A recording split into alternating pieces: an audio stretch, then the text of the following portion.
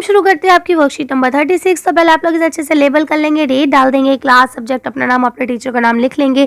Good morning मेरे प्यारे बच्चों, कैसे हैं आप सब? उम्मीद करती हूँ आप लोग अच्छे होंगे। चलिए पढ़ना शुरू करते हैं। तो इसके साथ जो आपकी इंग्लिश की वर्कशीट आई है अपलोड की जा चुकी है। आप लोग प्ले लिस्ट का इस्तेमाल करा करें और जल्दी जल्दी वर्कशीट्स कंप्लीट कर लिया करें समझने के साथ साथ। आज हम पार्ट 7 को पढ़ेंगे। यहाँ लिखा है नगर प्रशासन, नगर निगम के आय के स्रोत। अब नगर निगम जो काम करते हैं उसको पैसे कहाँ से मिलते हैं? अब एग्जाम्पल के तौर पे मैं मान लीजिए स्कूल में मैं पढ़ाने आई आपको, ठीक, तो अब मैं आपके लिए काम कर रही हूँ, आपने तो फीस पे की, टीचर को मिली है ना, तो इस तरह से आपने फीस दी, हमें मिल गई।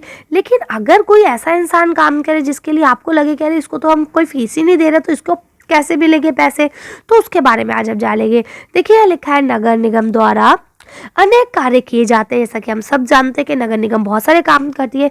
इतने सारे कार्य करने के लिए बहुत सारे पैसे चाहिए, ये भी हम सब जानते हैं कि जब ज़्यादा कार्य होंगे तो ज़्यादा पैसे भी चाहिए।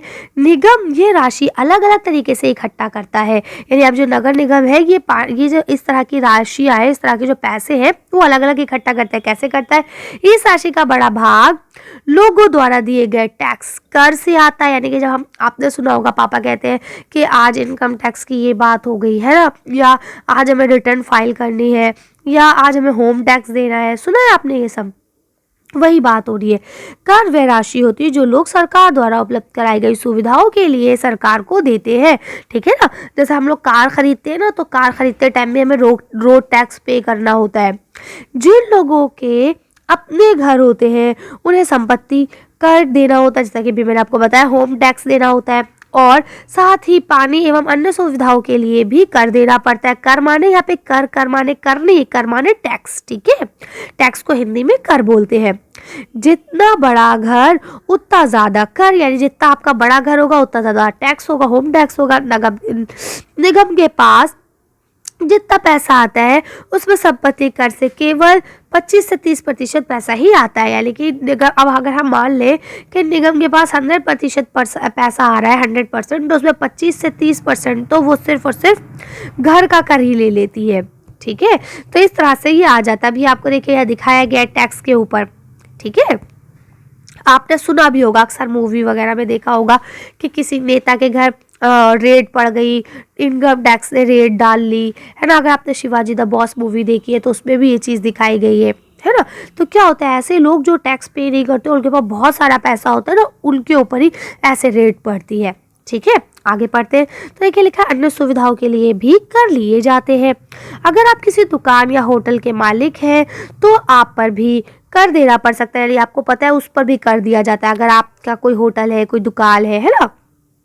अगली बार जब आप सिनेमा देखने जाएंगे तो टिकट पर ध्यान से देखेंगे। हमें मनोरंजन के लिए भी कर देना पड़ता है। पता है ये तो बहुत आम सी बात है। आप बिस्किट्स लेने जाते हैं ना, पार्ले जी बिस्किट खाते होंगे, तो जब आप उसको लेते हैं ना तो उस पर भी लिखा होता है ऑल इंक्लूडिव टैक्स।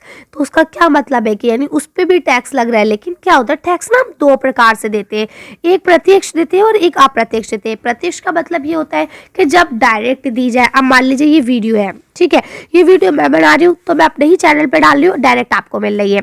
अब मान लीजिए मेरा चैनल काम ना करे या कुछ इस तरह से हो जाए कि मैं ना डाल पाऊँ, ठीक, तो मैं क्या करूं, मैं किसी और चैनल पे अपने वीडियो डालूं कि भाई मेरे बच्चे परेशान हो रहे हैं, मुझे तो देना पड़ेगी। तो अब क्या है, अगर मैंने अपने ही चैनल पे डाली तो आपको पता है तो ये डायरेक्ट रूप से आपके पास आई। लेकिन अगर मैंने किसी और के थ्रू आपके पास भेजी या आपके टीचर ने आपको भेजी मेरी वीडियो, तो किसी और के थ्रू वो आपके पास आई, वो अप्रत्यक्ष होता है।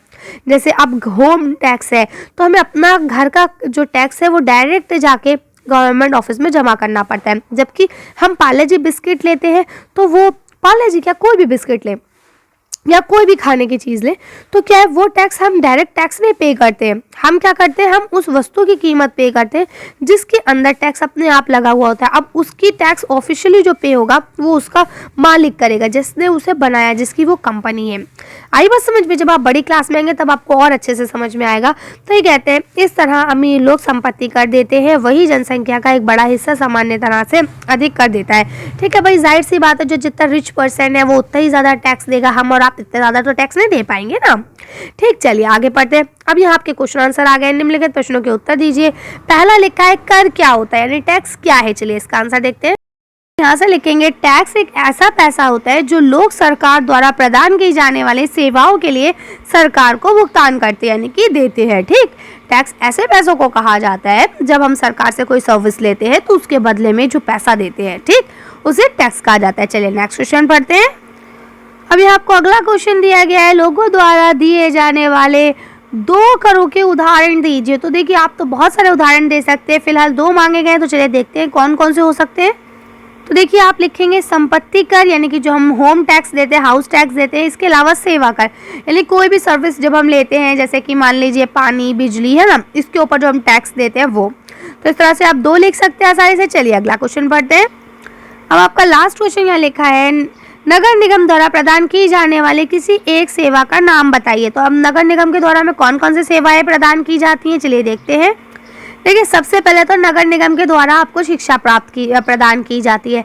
आपने सुना होगा EDMC वाले स्कूल होते हैं, है ना, तो वही क्या, उससे हमें शिक्षा भी प्रदान की जाती है, आपकी EDMC वाले स्कूल्स।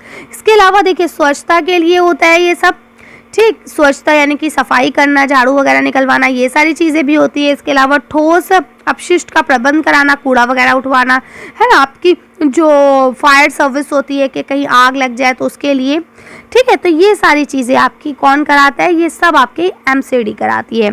कर लेंगे आप लोग। चलिए तो आज की वर्कशीट को हम यही खत्म करते हैं। आज की वीडियो में बस इतना है। अगर आपको हमारी वीडियो पसंद आई हो तो प्लीज़ इसे लाइक और शेयर करें। अगर अभी तक आपने मेरे चैनल को सब्सक्राइब नहीं किया तो प्लीज़ मेरे चैनल को सब्सक्राइब करें। Thank you for watching.